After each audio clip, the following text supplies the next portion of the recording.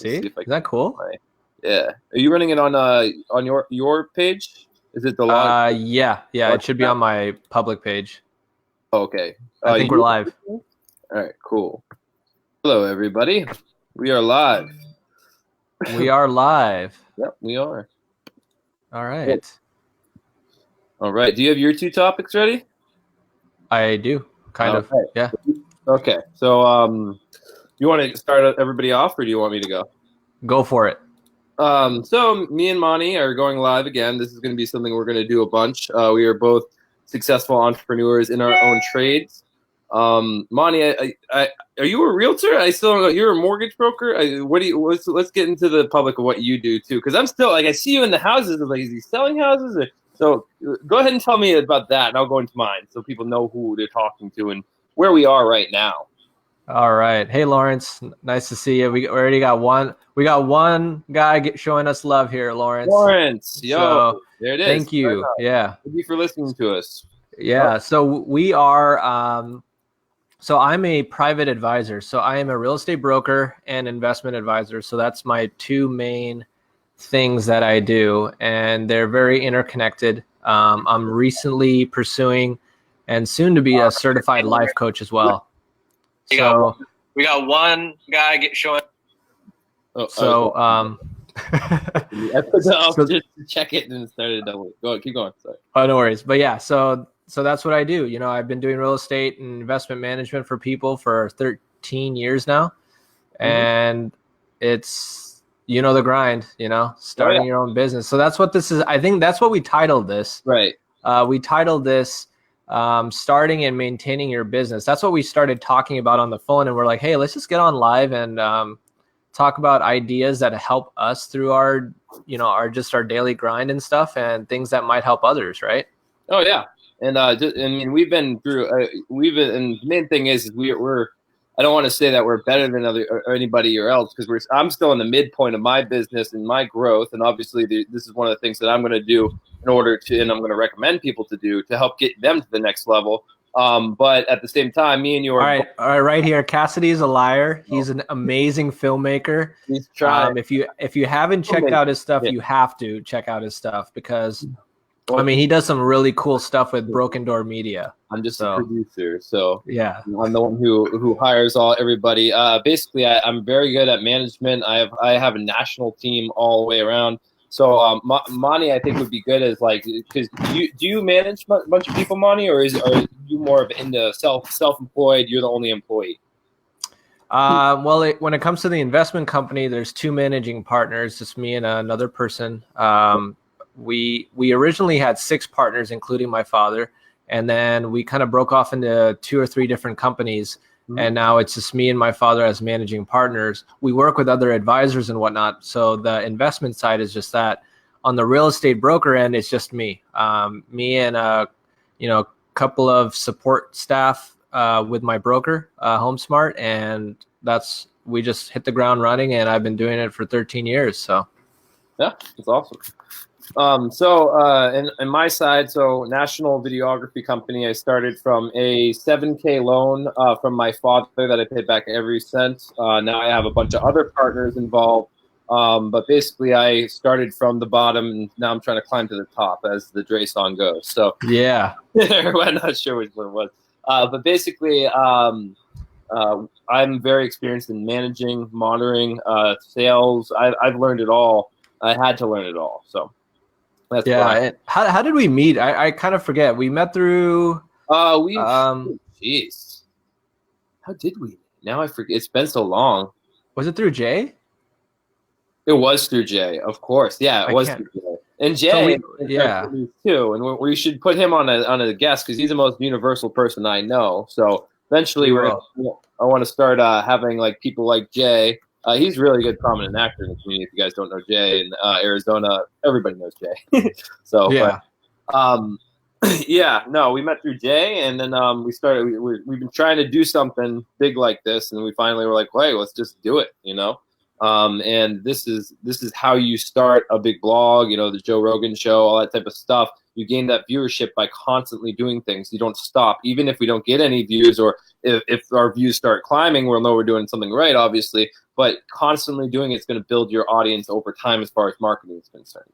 So Right.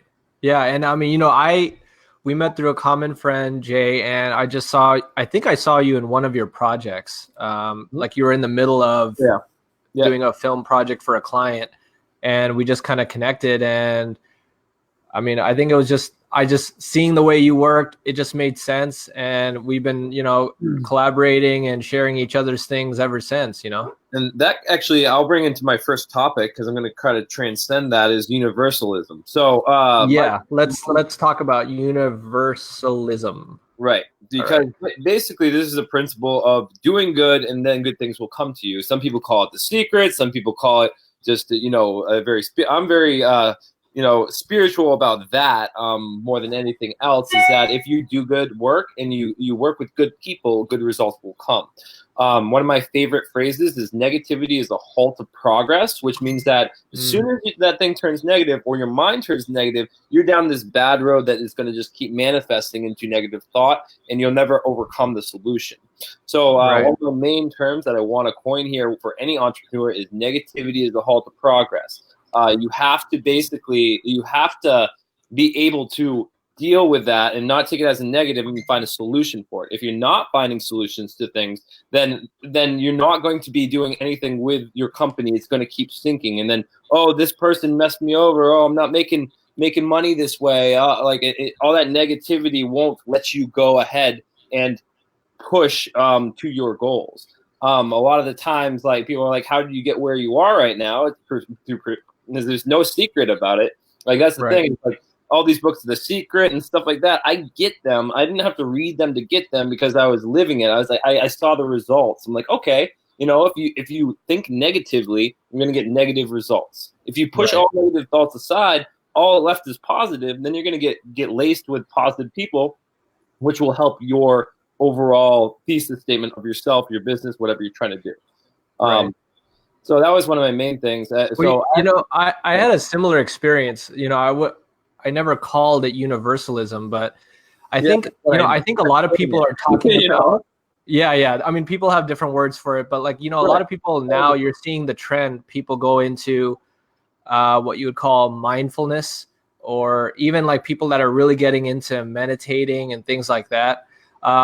There's an aspect to mindfulness that's really, really important, especially when you're starting your own business. And if you wanted to have a technical term about it, it's called metacognition. It's when you're thinking of your thoughts. When you're able to think about your thoughts, you're able to understand that, prior to you feeling negative or positive or anything, you're consciously aware of it. And when you think of it that way, you're able to control how long you want to stay negative. Because I think it's kind of a lie to say that you're not going to feel negative things as you go through the day, especially as small business owners. Yeah. But you have to understand. Yeah, I agree with that. And you will feel them. And negative things will happen. They're unavoidable. And sometimes they come full force, one after another. But for example, cash flow situations. So when I'm managing cash flow, I have all this money out on a gig and 4 or 5 video gigs, and I'm sitting there and be like, oh man, where are those checks supposed to come in? And then calls me and it's like, oh, maybe a week late, or oh, we didn't get that invoice, or oh, you have to take a deep breath and be like, all right, it's not that the money isn't there. You have to think of the solution. You can't think that you don't have money now. How do you get that money back going into the system again? Exactly. No, I think that's true. And hey guys, while we're talking and stuff, we're both on our laptops right now. Sometimes we might be on our phones just doing, might be on the job or something like that. But if you have questions, comments, anything, and you want to join into the live call, just put your questions or comments in the comment section below of this video, and we'll definitely talk to you live. Like this is not a scripted thing. This is just us getting on, just chatting about small business. And if you're in the industry of film, you know that reality shows aren't real. This is actually real, raw. You get actual filmmakers. Oh, I mean entrepreneurs. I'm a filmmaker, I guess, or a producer, talking to you about businesses that have been succeeding over time. Like me and Monty aren't your everyday schlub entrepreneur. That's the main thing. Is that if you're trying to do these things we're trying to do in any business, you can take these ideals and apply them to what you're trying to do. If you're trying Right. to start a business, like a lot of people are I want to see some, once we get this going and flowing the live thing, answering questions like, hey, how do I start a business? You go, okay, you need to get a LLC. What type of business are you doing? You know, you start with Right. LLC, get that protection, that blanket of protection over yourself. A limited liability company, if you guys don't know what that means, but that's what protects you, and you can claim, you know, then you're a real business. Right. Aside from that, you're operating under yourself, you know, and that you're putting some liabilities on yourself that way. Yeah, and that kind of goes into my point. You know, that's like the technicality of it, right? There's a lot of technicals that you have to understand and learn, because if you don't, it's going to come back. But one thing, when I started doing my own thing, and you remember too, like no one gave a shit, like Yeah, you're no one starting your own thing. first. And know that. the thing that I learned like several years into my career is, we think of, all right, when I do this thing, what is it going to do for me? I need to be able to get to millions of people, and I'm going to make hundreds of millions of dollars, and I just got to get out there and all this stuff.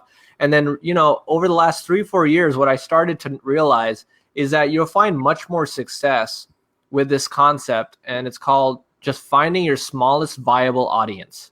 Ooh. And it's kind of counterintuitive in the beginning, but what you have to do when you're trying to start a small business is try to figure out what is the least amount of people I have to give value to make this sustainable.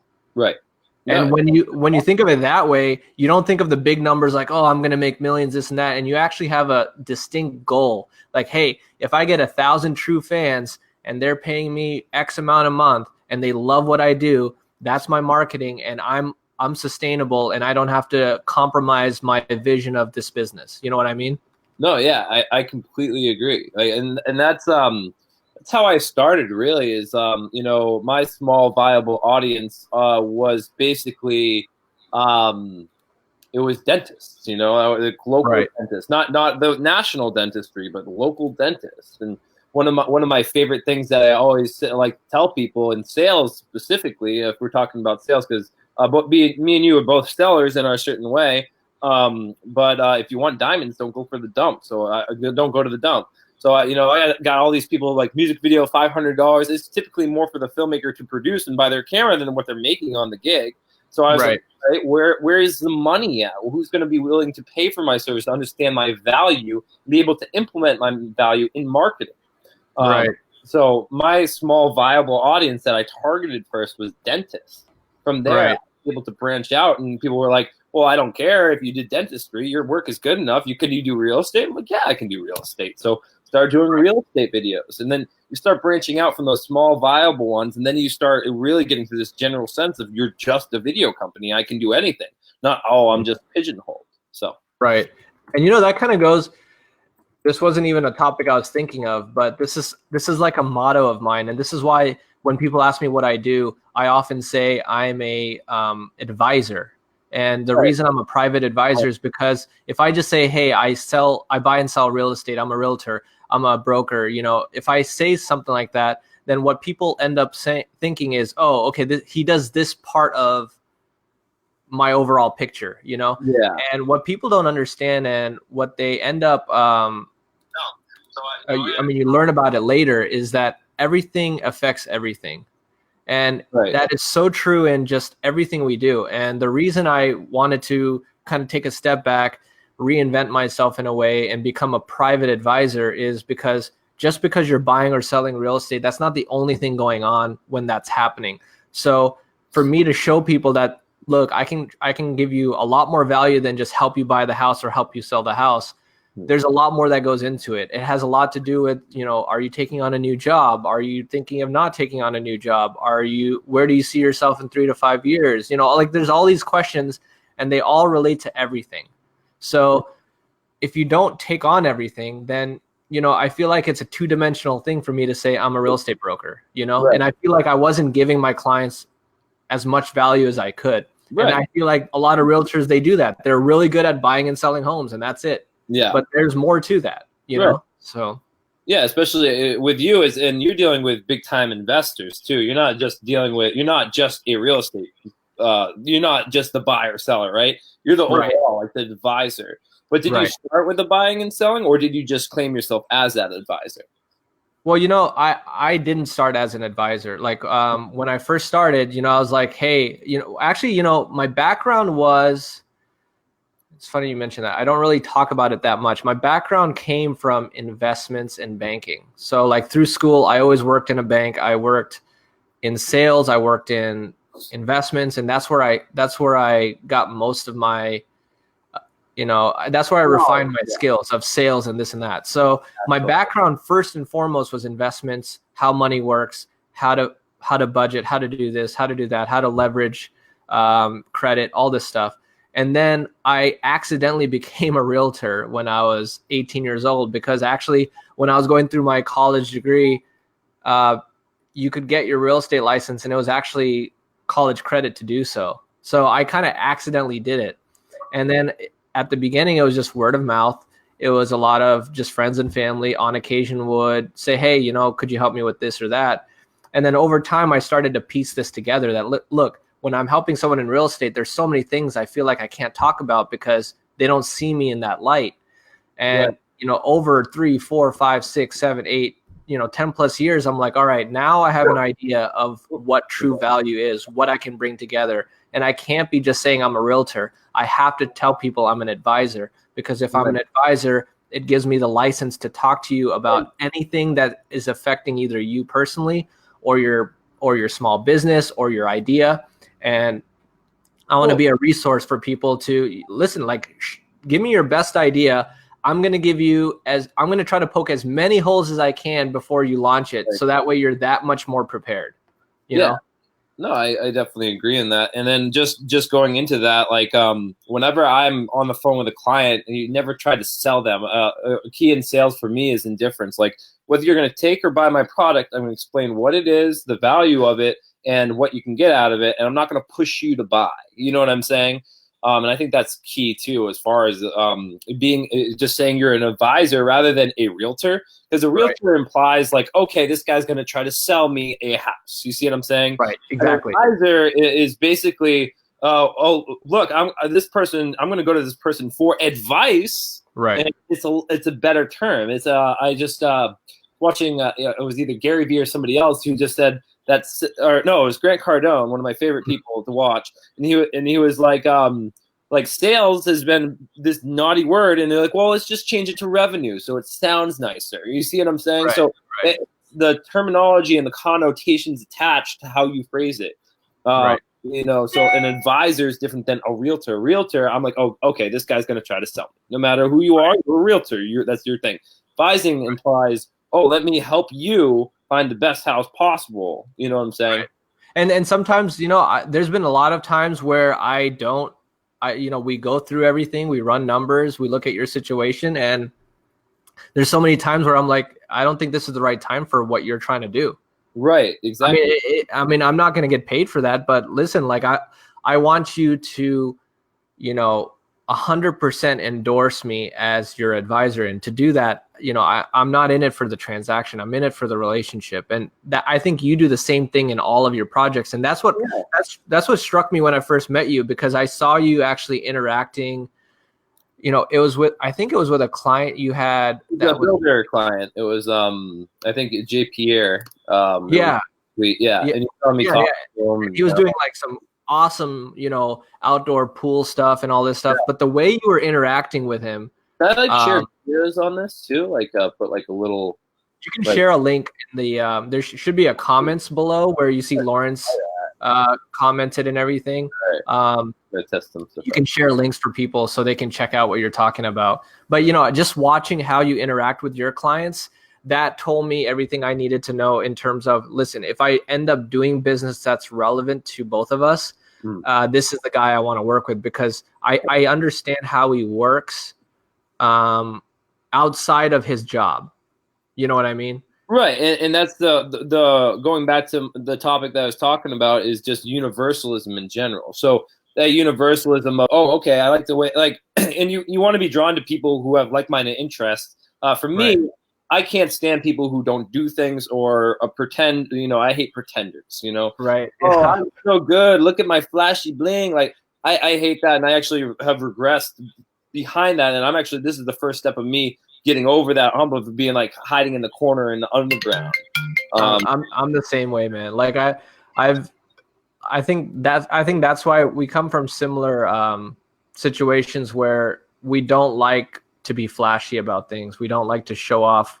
Oh, like I'm a realtor. You see it all the time. Like I see it all the time. Like I feel like Instagram and Facebook, you see all these, picture perfect type situations where the realtor closed a deal and he's sitting, and he's opening the door to his Beamer and he's like, another deal is done. And it's just like, I mean, come on, like that's not what it's about. Right. And all these people, like, there's a lot of falsities out there. It'd be like, you can make $1 million too. It's like, who knows that guy just knows a guy with a Lambo, or it's like, you can't fake a Lambo. You can't fake a Land Rover. Oh yeah. Well, I can go rent one for $200 for like 2 hours. You know what I'm saying? Right. Yeah. It doesn't mean anything. You can fake anything. I'm in production. Like we can fake anything we want as long as you're smart enough, but it's hacking your public's mind. And a lot of people succeed that way because you're like, oh, look at this fan, and just goes to his buddy's rich house and be like, look, all this could be yours too. And that guy's not even making that money. You can't see his bank account. It's just a ploy to make you buy what they have. And it works half the time because of this illusion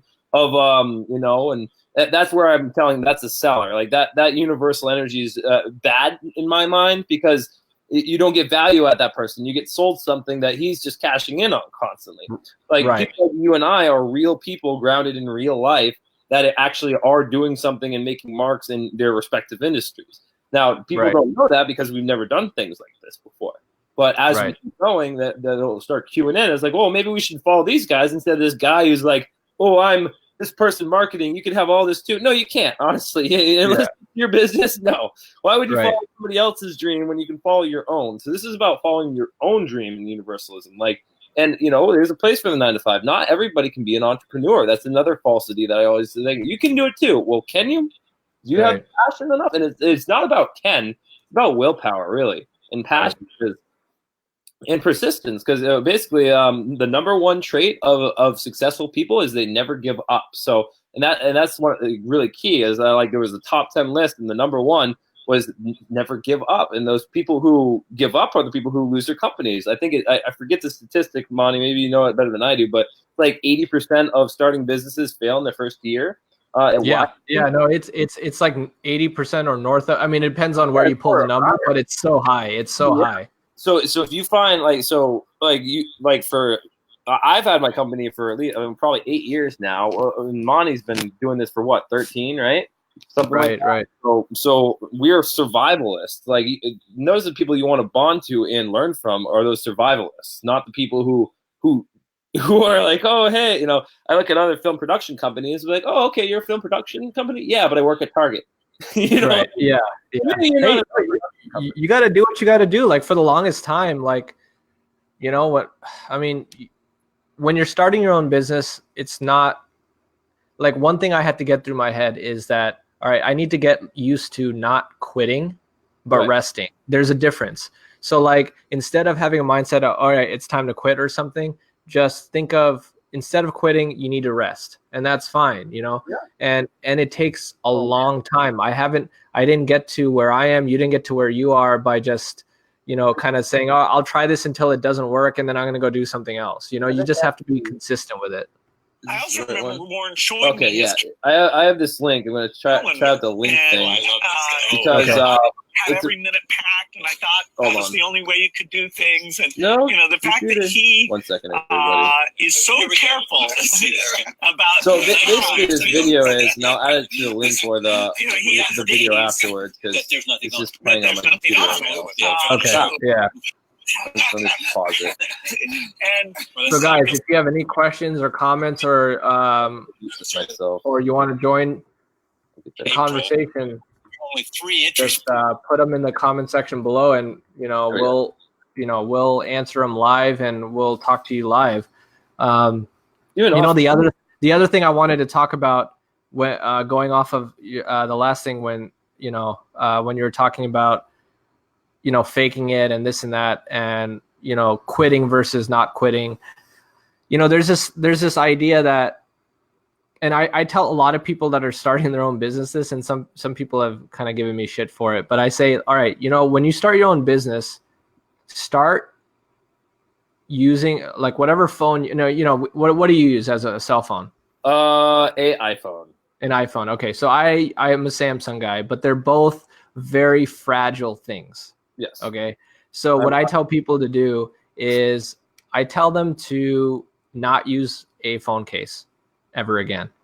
Oh. And the reason I do that, and it's kind of a dumb thing that I did for myself, is because it teaches you the difference between being patient and being frantic. And I think a lot of people, when they're in a small business environment, they're like, oh, I got to do this, I got to do that, I got to do this. And being frantic about getting things done isn't what's going to cause, it isn't what's going to make you successful. And there's a difference between having a calm mind and the patience to execute things and being frantic and just trying to get things done because there's a deadline, So Right. What I try to tell people is, all right, go an entire year without a cell phone case, because it's going to teach you to, when you grab your phone, take a breath, pull it out slowly, like there's no reason to rush to that micro. Yeah. And when you rush to that micro, your mentality is not there. So I think I might have lost Cassidy, but hopefully he comes back.